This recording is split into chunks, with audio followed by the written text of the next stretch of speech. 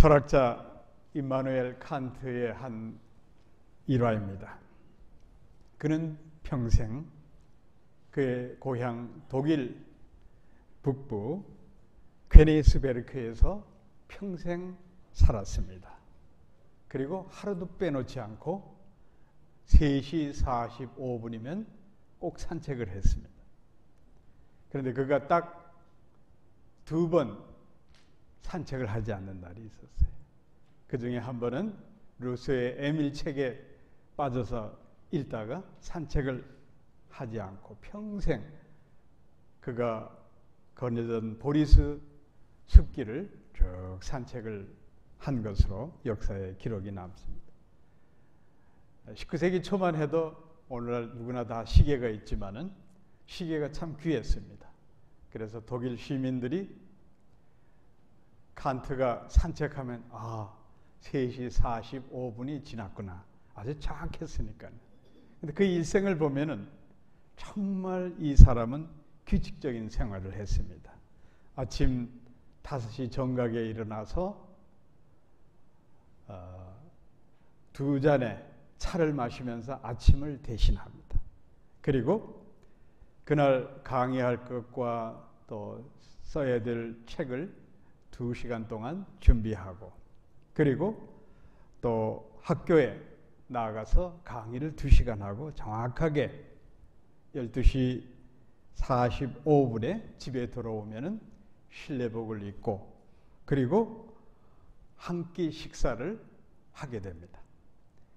그래서 친구들과 하루에 한 끼를 아주 맛있게 먹습니다. 그런 후에 3시 45분이 되면 정확하게 산책을 나가는 그런 일상생활을 계속 규칙적으로 반복한 사람입니다. 그래서 왜 그런가? 많은 사람들이 보면은 아마도 그의 부모가 경건주의자였기 때문에 어려서부터 신앙 훈련을 한 게 몸에 배서 그렇게 되었으리라고 생각을 합니다. 여러분, 그의 삶을 보면은 정말 규칙적으로 산 것처럼 복잡한 철학 이론보다는 자기 삶이 자기가 갖고 있는 사상대로 살려고 무척 애를 썼던, 그래서 사람들은 그를 도덕 철학자라고 부릅니다. 자, 여러분, 우리는 규칙적인 생활을 반복하고 있습니까? 대체로 많은 사람들은 칸트와 같이 규칙적으로 그렇게 하루 일과를 진행할 겁니다. 그런데 그런 규칙적인 생활에 권태를 느끼는 사람들이 상당히 많습니다. 그래서 환경도 바꿔보고 직업도 바꿔보고 심지어는 사람도 바꿔치기 하고 싶습니다. 이 지루하고 단순한 일들에서 벗어나고 싶은 게 그게 인간의 속성 가운데 있고 또 그런 반복되는 일에 권태로움을 느끼는 게 사람입니다. 우리 자매들은 잘 생각하세요. 이렇게 새로운 사람을 바라는가? 그게 인간, 특별히 남자에게 있어요. 흔히 그런 말을 합니다. 남자들이 가장 매력적인 사람이 누구냐라고 생각하면은 아주 예쁜 미모의 여자에 대해서 관심도 갖겠지만은 사실은 가장 남자들이 생각하는 매력적인 여자는 누구냐? 처음 본 여자예요. 사람이 신제품도 아닐지언데 인간의 죄악된 나쁜 본성 가운데 그런 마음이 새 것을 너무 좋아하는 거예요. 우리 자매들은, 결혼하는 자매들은 나중에 배우자를 잘 선택해야 돼요, 여러분. 이 검은 머리가 흰 머리로 바뀔 때까지 주님이 우리를 끝까지 사랑한 것처럼 끝까지 사랑해주는 남자가 최고의 신랑감이에요. 그런 남자 찾기를 축복합니다. 아멘 한 자는 복이 있을지어다. 좋은 신랑 만날 거예요. 인간은 이렇게 반복된 거에서 벗어나려 하고 뭔가 색다르고 뭔가 변화를 갖고자 하는 게 인간의 본성 가운데 하나가 있는 겁니다. 그래서 여러분, 우리의 일상생활이라는 게 보면 자의반 타의반, 개미가 쳇바퀴 돌듯이 그렇게 계속 이어져 갑니다. 그러다 보니까 때로는 권태롭고 때로는 실증이 나기도 하고 그렇습니다. 그런데 우리 그리스도인들은 영적인 눈을 떠서 나의 일상을 조명해 봐야 되는 거예요. 영적인 눈으로. 말씀과 기도로. 이렇게 그냥 형식적인 기도가 아니고 정말 하나님 앞에 나는 누구이고 제가 설계한 대로 나의 하나님 앞에 나와 하나님과의 1:1 관계 속에서 맺어지면은 나의 일생생활이 그냥 평범하게 이어지는 연속이 아니라 하나님께서 예정하신 거대한 역사 속에 내가 흘러가고 있다는 것을 깨닫게 됩니다. 영적으로 깊이 묵상한 사람만이 깨달을 수 있는 진리예요. 자, 여러분, 우리 그리스도인들은 일상생활 속에 말씀과 기도로 경건 생활을 하고 사는 사람들입니다. 그렇기 때문에 한 시간 한 시간을 허투루 낭비할 수가 없어요. 그저 평범하게 사는 것 같고 일상이 반복되는 것 같아도 그 속에 하나님의 오묘한 섭리가 있다는 겁니다. 자, 잘 여러분 이해하세요? 지금 이 순간 우리가 존재합니다. 그런데 이 순간이 영원한 하나님의 나라와 연결되어 있는 거예요. 이것을 우리 그리스도인들은 깨달아야 되는 거예요. 우리는 과거, 현재, 미래라는 가운데 현재에 있습니다. 시간의 축에 있는 이걸 물리적인 시간 측정을 하면 안 되는 거예요. 영적인 세계에서 하나님을 만난 사람은 하나님과의 관계 속에서 지금 내가 여기 있지만은 지금 내가 존재하는 이 순간에서 영원한 하나님의 나라와 특별한 접점을 만나고 있다는 것을 인식해야 되는 거예요. 무슨 말인지 이해가 가는 사람은 영적으로 살고자 애쓰는 사람들의 간절한 바람이 이 시간 해소될 수 있다고 저는 생각합니다. 자, 여러분, 그렇기 때문에 일상생활에 반복되는 것 같아도 지금 이 순간은 영원한 역사 속으로 들어가는 거예요. 그냥 끝나는 게 아니에요, 여러분.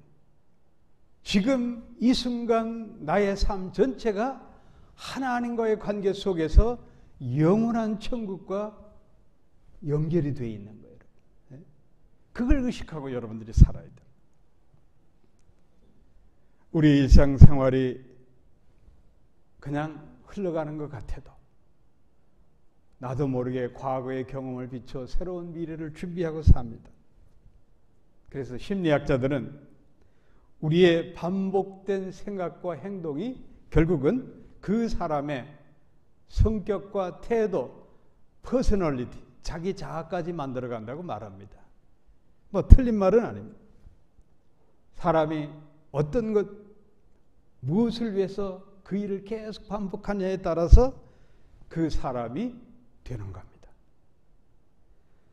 매일 욕설을 입에 달고 사는 사람들은 보면 욕쟁이가 되게 돼 있어요, 여러분. 자기도 모르게 욕을 하고 사는 거예요.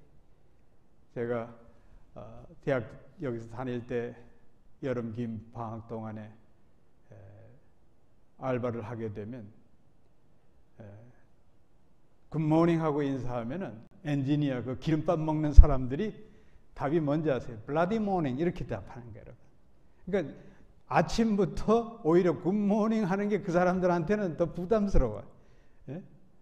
블라디 모닝 해야 자기들이 편한 거예요, 여러분. 그래서 사람은 자기도 모르게 욕을 달고 살다 보면은 욕쟁이가 되는 거예요. 모든 일들을 꼭 매사를 미루는 사람들이 있어. 그날 해버리면 되는데 꼭 다음에 해야지, 다음에 해야지. 이런 사람은 어떻게 되느냐? 게으르고 나중에 게으름뱅이 되는 거예요.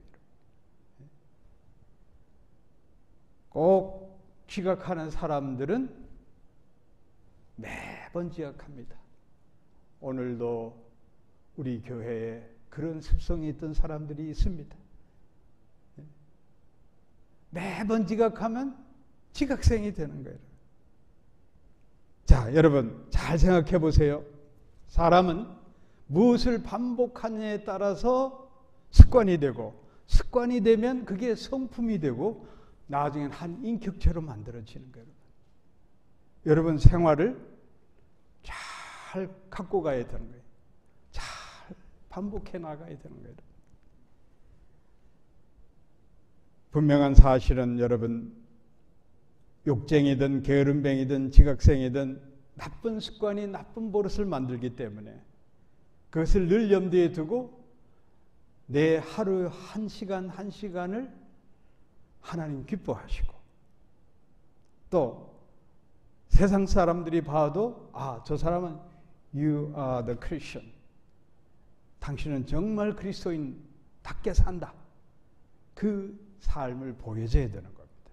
그러기 위해서는 여러분 철두철미하게 경건생활을 잘하고, 경건생활을 잘하는 것만 한 시간 한 시간을 하나님께 내 시간을 속량한다.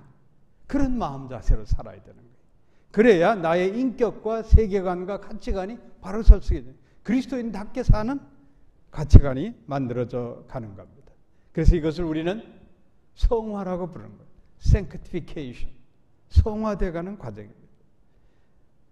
오늘 이 시대는 AI 시대입니다.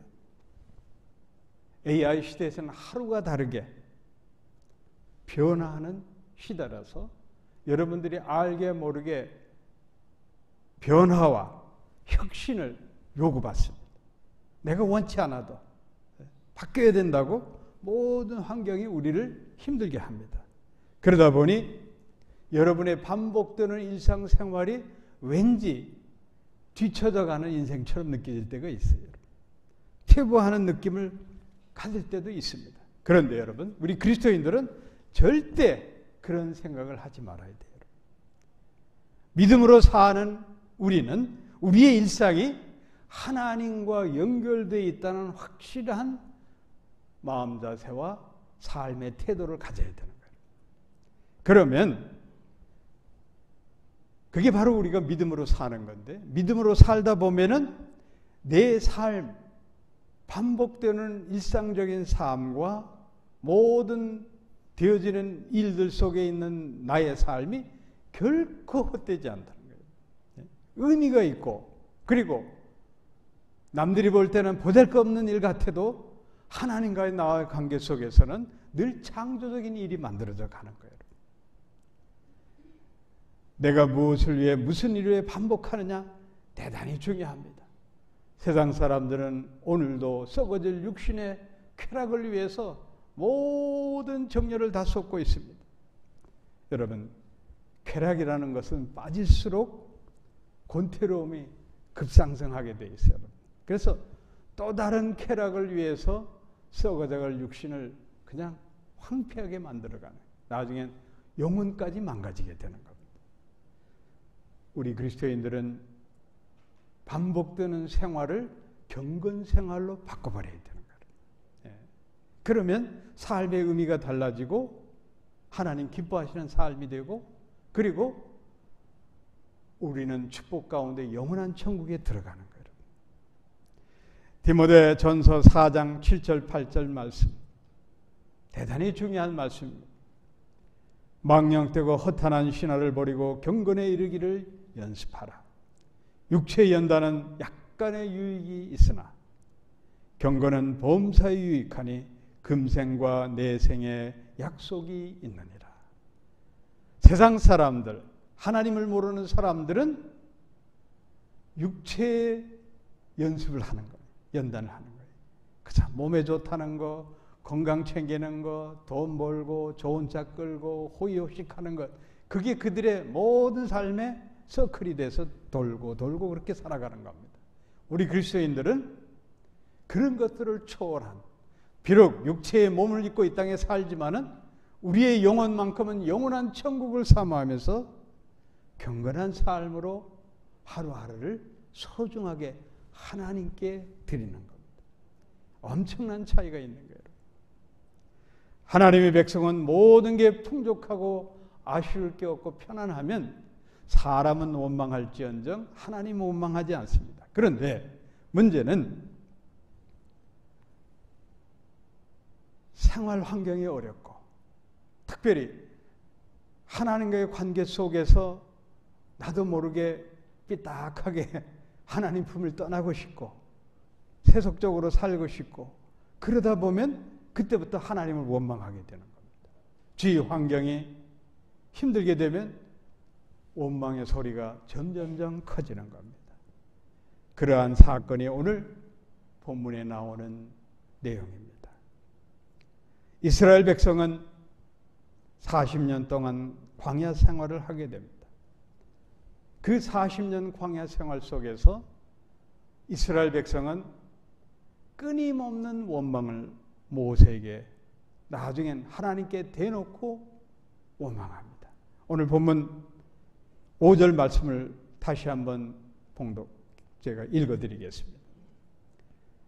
백성이 하나님과 모세를 향하여 원망하되 어찌하여 우리를 애굽에서 인도하여 올려서 이 광야에 죽게 하는고 이곳에는 식물도 없고 물도 없도다. 우리 마음이 이 박한 식물을 싫어하노라 하매. 여러분, 이스라엘 백성이 대놓고 하나님과 모세를 원망하고 있습니다. 오늘 보면 민수기 21장 앞장에 나온 20장에서 보면은 무리바에서 물이 없다고 이스라엘 백성이 모세에게 원망하다가 모세가 화가 나서 이 패역한 인간들하고 반석을 쳤을 때 물이 쏟아져 나왔습니다. 그래서 이걸 우리가 무리바 사건이라고 부르는데 이 무리바라는 말은 리브, 타투라는 말과 마사, 물이라는 말이 합쳐진 말이에요. 그래서 이 의미는 여호와 하나님을 원망한 물이에요. 여호와 하나님을 원망한 물을 마신 지 얼마 되지 않아서 이제 오늘 본문에 보면은 또 애굽을 탈출해서 이제 가나안 땅으로 들어가는 길목에서 또 만나가 이제 먹기 지겨우니까 이 만나 싫다. 모세와 하나님을 원망합니다. 그런데 여러분 오늘 이들이 원망하는 만나 먹기 싫다. 처음에는 어땠습니까? 만나라는 의미가 이게 뭐야? 영어로는 surprise, 놀라는 거예요. 이게 뭐야? 하늘에서 자고 나니 진 서리가 내린 것처럼 만나가 수북이 쌓이면 그걸 먹고 그냥 이스라엘 백성은 어떻게 지내냐? 하루는 놀고 하루는 쉬고 그렇게 사는 거예요, 여러분. 네. 농사진 게 아니고 소몰이해서 목축업하고 사는 것도 아니에요. 그냥 하늘에 내려주시는 일용할 양식 만나 먹고 편안히 산 거예요. 엄밀히 말하면 여러분. 그런데 오늘 본문 사건을 보면은 본문에 그렇게 나와요. 백성이 호르산에서 진행하여 홍해길로 쫓아 에돔 땅을 돌러 행하려 하였다가 길로 인하여 백성의 마음이 상하니라. 이 뜻은 뭔가 하면은 이스라엘 백성이 이제 가나안 땅을 들어가야 되는데 하나님께서 모세를 통해서 이제 가나안 땅을 가려고 하면은 지금 40년을 걸려서 가게 되지만 엄밀히 말하면 우리가 민수기 전체를 보면은 아주 이스라엘 백성이 어디서 어떻게 어떤 방향으로 가나안을 갔는지 잘 기록이 되어 있습니다. 첫해 애굽을 탈출하는 첫해 이제 시내 광야를 거쳐서 이제 가데스 베네아 12정탐꾼을 보낸 가데스 베네아 그걸 신광야라고 부릅니다. 지금으로 말하면 사해 남부에 있는 거기에서 38년을 생활한 거예요. 거기에서만 38년을 지냈어요. 이제 모세가 마지막 되는 해 이제 39년을 지나 이제 40년째 들어져서 가나안 땅을 가려고 하면은 이 가데스 베네아 신광야에서 동쪽으로 가면 오늘날 요르단 땅이 되는 거예요. 그리고 영화에 나오는 거 페트라. 그 페트라 그 산 직전에 호르산이라는 게 있어요. 그 호르산을 거쳐서 이제 동쪽으로 해서 가면은 왕의 대로라는 게 있어요. 영어로 킹스 하이웨이라고 지금도 부릅니다. 그게 메소포타미아 문명 알죠, 여러분? 메소포타미아 문명이 이루어져서 에집트 문명, 이 메소포타미아에서 오늘날로 말하면 이란 북부에서 이집트까지 연결되는 도로가 왕의 대로라는 게 있어요. 그걸 타고 가야 쉽게 가는 거예요, 여러분. 그런데 지금 이 모세가 문제가 생겼어요. 무슨 문제인가 하면은 이 요르단 땅, 지금도 그렇지만 에돔이란 땅이 바로 지금 페트라, 그게 불다는 뜻이에요, 여러분. 그 에돔은 누구냐? 에서의 자손들이 사는, 이 에서의 자손들이 만든 나라가 에돔 나라인데, 이 에돔 백성들이 이스라엘 백성이 절대 자기들 길로 통해서 가지 못하도록 왕의 대로로 가려면 에돔으로 거쳐서 올라가야 되는데 이걸 막고 있는 거예요. 그러니까 모세가 또다시 피 흘리는 전쟁을 그들과 하고 싶지 않았던 거예요. 지친 이스라엘 백성을 데리고 또 전쟁하는 건 합당치 않게 여기고 다시 어느 쪽으로 가려고 하냐면 에스겐 게발이라고 하면 지금의 아카바 만에, 여러분. 우리 한국 성지 순례단이 사고 났던 그 만이 바로 그 아카바 만인데 그쪽을 내려가서 위에서 올라가 계획을 세운 거예요. 그러다 보면은 이스라엘 백성이 바란 광야라고 했어요. 신광야 밑에 바란 광야를 다시 또 거쳐가야 되는 거예요. 그래서 오늘 이스라엘 사람들이 마음이 상하게 된 원인이 어디 있느냐? 이제 다시금 광야, 그 지긋지긋한 바란 광야를 또 들어가야 되는 거예요. 그러니까 절망하는 거예요. 모세요, 모세요. 그 지긋지긋한 광야 생활을 다시 시작하느냐? 그 원망이 오늘 나오는 거예요. 그리고 하늘의 양식을 주는 만나도 먹기 싫고 바란 광야로 다시 가면 이스라엘 백성들에게 아주 몸서리치는 기억이 있어요. 그게 뭔가 하면은 바란 광야 기브로 핫데와 거기에서 이스라엘 백성들이 떼죽음을 당한 거예요. 그 바란 광야에서 이스라엘 백성이 모세를 향해서 모세요, 모세요 하면서 우리가 애굽에 살 때는 비록 종살이하는 노예였지만 그래도 거기에서는 애굽 사람들이 먹다 남은 고기 조각도 건져 먹고 고기 국물도 먹었는데 이렇게 광야에서 맛없는 만나만 계속 먹을 수가 없다. 고기 먹고 싶다. 모세 모세 원망을 한 거예요. 그러다 하나님께서 이스라엘 백성에게 홍해 바다에 서식하는 메추라기 떼를 쫙 막아줘 바란 광야에 있는 이스라엘 백성에게 수북히 내려준 거예요. 이 이스라엘 백성이 그 메추라기 떼가 쏟아진 걸 보고 오랜만에 고기 구경을 하니까 그냥 시컷 먹고 포식을 해버린 거예요. 너무 과식을 하는 바람에 고기로 식중독 일으킨 거예요. 그러니까 떼죽음을 당한 거예요. 그래서 기브로 핫다와라는 말이 탐욕의 무덤이라는 거예요. 너무 욕심을 내다가 떼죽음을 당한 거예요.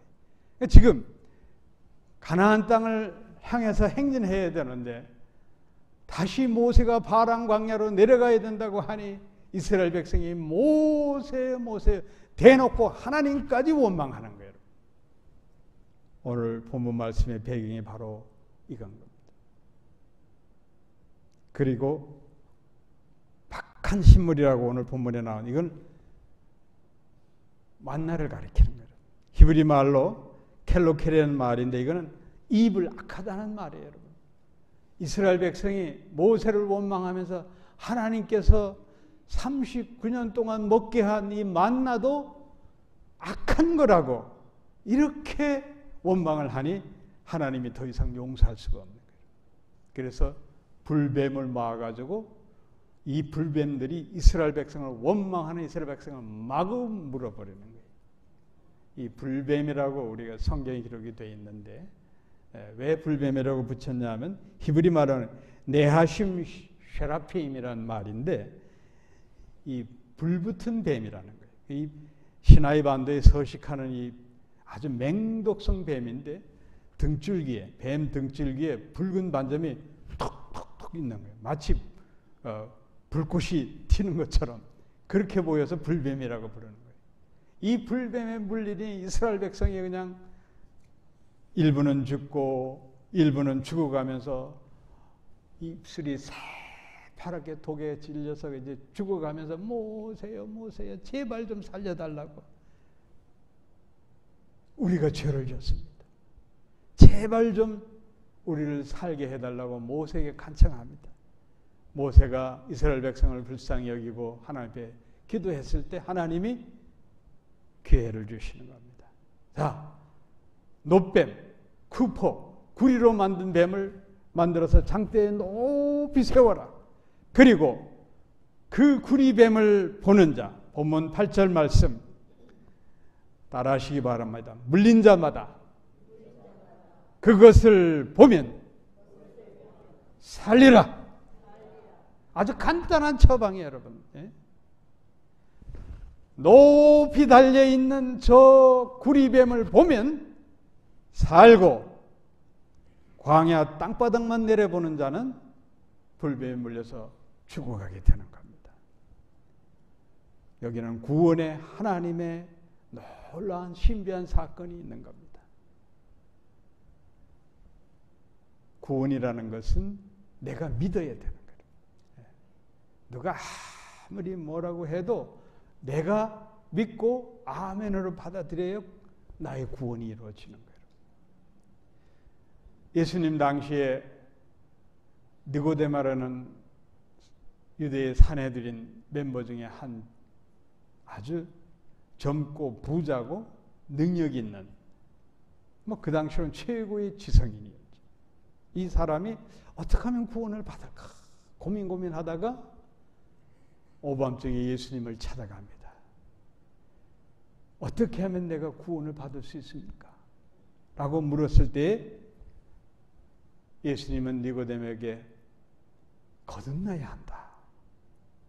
그러니 이 니고데모가 아니 나도 늙어서 이렇게 몸이 됐는데 어떻게 어머니 뱃속에 들어갔다 다시 나와야 되겠습니까? 여러분, 영적으로 무지한 사람은 아무리 배워도 이렇게 무식하게 되는 거예요. 여러분. 많이 배워도 이렇게 무식한 사람 되는 거예요. 그러다 예수님이 사람이 물과 성령으로 거듭나야 구원을 받는다고 말씀합니다. 물과 성령으로 거듭. 그러면서 예수님께서 요한복음 3장 14절에 이렇게 말씀합니다.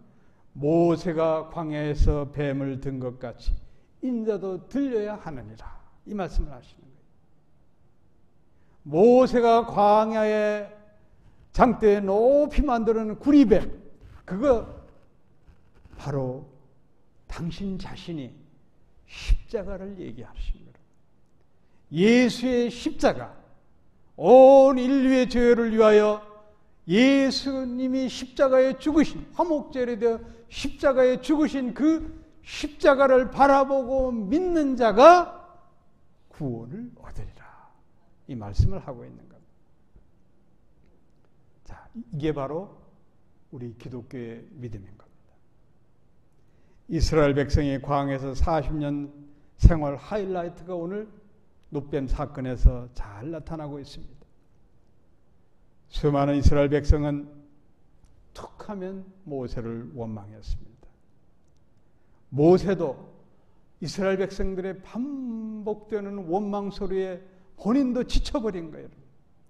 그래서 이 패역한 자들아, 저주의 말을 입에 담을 수밖에 없었습니다.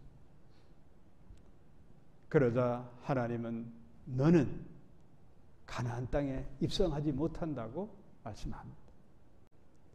그래서 이스라엘 백성들은 이제 원망한 자들은 다 광야에서 죽게 되고, 모세도 결국은 하나님 백성들을 원망하다가 본인도 이제 느보산에서 자취를 감추게 되는 겁니다. 이 모세가 그토록 광야 40년 생활을 보내면서 얼마나 가나안 땅을 보고 싶었겠습니까? 너는 못 들어간다. 하나님 말씀하시니 모세가 제발 내 몸, 이 늙은 몸이 가나안 땅에 들어가진 못하더라도 보여라도 가나안 땅을 보게라도 해 주시옵소서. 그렇게 간청했을 때 하나님 모세에게 가나안 땅을 보여주신 거예요. 어디서? 느보산에서. 제가 성지순 느보산에 갔었는데 거기 가면은 모세 기념교회가 있어요. 그 모세 기념교회에 상징적으로 높이 만든 게 불뱀이 있는 거예요. 이 불뱀이 상징적으로는 구원을 표징하고 있기 때문인 겁니다. 이스라엘 백성이 이 불뱀을 본 자들은 살아서 가나안 땅에 들어가고 원망으로 그친 자들은 광야에서 죽게 되는 거예요. 엄청난 갈림길이에요. 느보산에서 올라가 보면 전망대가 있어요, 여러분. 그러면 이스라엘의 동서남북이 쫙 보입니다. 근데 제가 성지순례 갔을 때는 안타깝게도 아주 장대비가 쏟아지면서 안개가 쫙 끼어서 다 보이질 않는 거예요. 맑은 날에 보면은 서쪽으로는 지중해까지 보일 정도로 쫙 보이는 거예요. 모세는 가나안 땅을 보고 느보산까지 인생을 마치게 되는 겁니다. 자, 여러분, 이스라엘 백성이 광야에서 땅만 내려다 봤을 때는 불뱀만 득실득실하는 거예요. 죽음의 공포를 얼마나 느꼈겠습니까? 그러나 높이 달려있는 구리뱀을 바라보면은 물린 뱀의 그 지독한 아픈 통증이 싹 사라져 버리고 고침을 얻는 겁니다. 우리의 구원이 이런 거예요, 여러분. 주 예수 그리스도의 십자가를 바라보고 이 험한 세상에서 좌절하고 절망하고 사람들로부터 부대껴서 상처받고 하고자 하는 일들이 실패하고 얼마나 힘듭니까? 그럴 때마다 주 예수의 십자가를 바라보시기를 바랍니다. 앞이 캄캄하고 사방에 막혔을 때일수록 위에 계신 주님을 바라보고 주여 나를 구원해 주옵소서 간절히 기도하면 길이 열리게 되어 있는 겁니다. 사랑하는 성도 여러분, 이스라엘 백성을 보면서 우리는 오늘 사건을 통해서 많은 걸 깨달아야 됩니다. 광야는 고난의 연속입니다. 불편한 생활의 연속입니다. 힘든 생활의 연속이에요. 광야에서 생활하던 사람들은 저는 크게 두 부류로 나눕니다. 하나님의 언약을 믿고 산 사람, 하나님의 언약보다도 현실에 안주하려고 했던 사람들, 크게 갈립니다. 하나님의 언약, 내가 주마한 땅, 적과 꿀이 흐르는 가나안 땅을 내가 주겠노라, 그 말씀을 믿었던 여호수아 갈렙과 같은 사람들은 가나안 땅에 들어가게 되는 겁니다. 그러나 하나님의 언약을 믿지 못하고 현실에 급급해 살던 많은 이스라엘 백성은 믿기는커녕 하나님을 도리어 원망하고 살아가게 되는 겁니다. 오늘 이 시대를 사는 우리도 마찬가지입니다. 아무리 생활 패턴이 바뀌어도 삶에 살아가는 방식은 똑같습니다. 4,000년 전 이스라엘 백성의 광야에서 생활하던 그때나 AI 시대에 최첨단 하이 테크놀로지가 발달한 AI 시대는 이 시대에 사는 우리나 사는 패턴은 똑같아요. 살기 어려운 것은 매 마찬가지이기 때문에 그래서 사람들은 역사는 반복된다는 말을 하는 것입니다. 자, 여러분, 사람은 본능적으로 오르막길을 오르는 걸 싫어해요. 여러분. 쉬운 내리막길을 가기를 원합니다.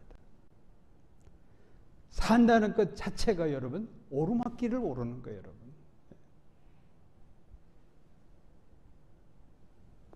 마치 이스라엘 백성이 광야에서 생활하는 것처럼 힘든 나날의 연속이 우리에게 이어지는 겁니다. 그 광야에는 불뱀과 같은, 이 세상에는 그런 악한 무리들이 우리를 해하려고, 우리를 넘어뜨리고 우리를 이용하려는 그런 악한 무리들이 쫙 깔려 있습니다.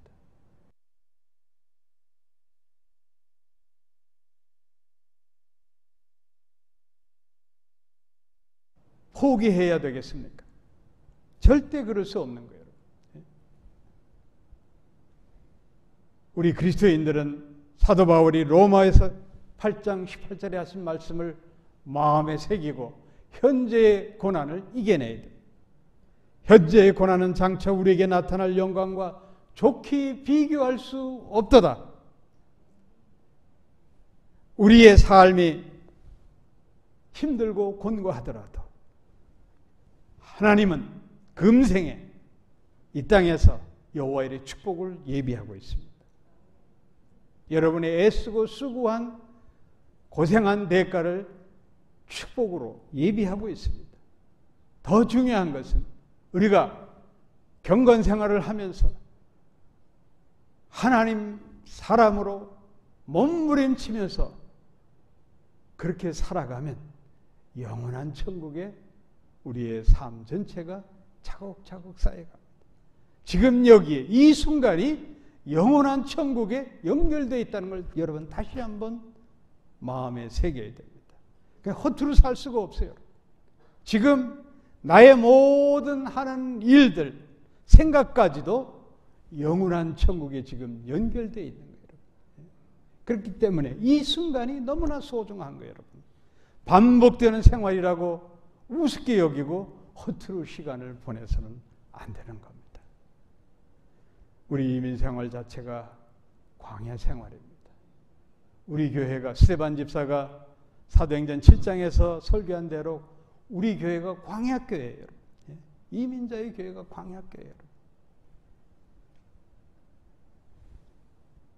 광야 교회를 지금까지 인도한 본인으로서는 늘 새롭고 새로운 일들이 참 많습니다. 10월 말이 되면은 자카란다가 활짝 펴니다.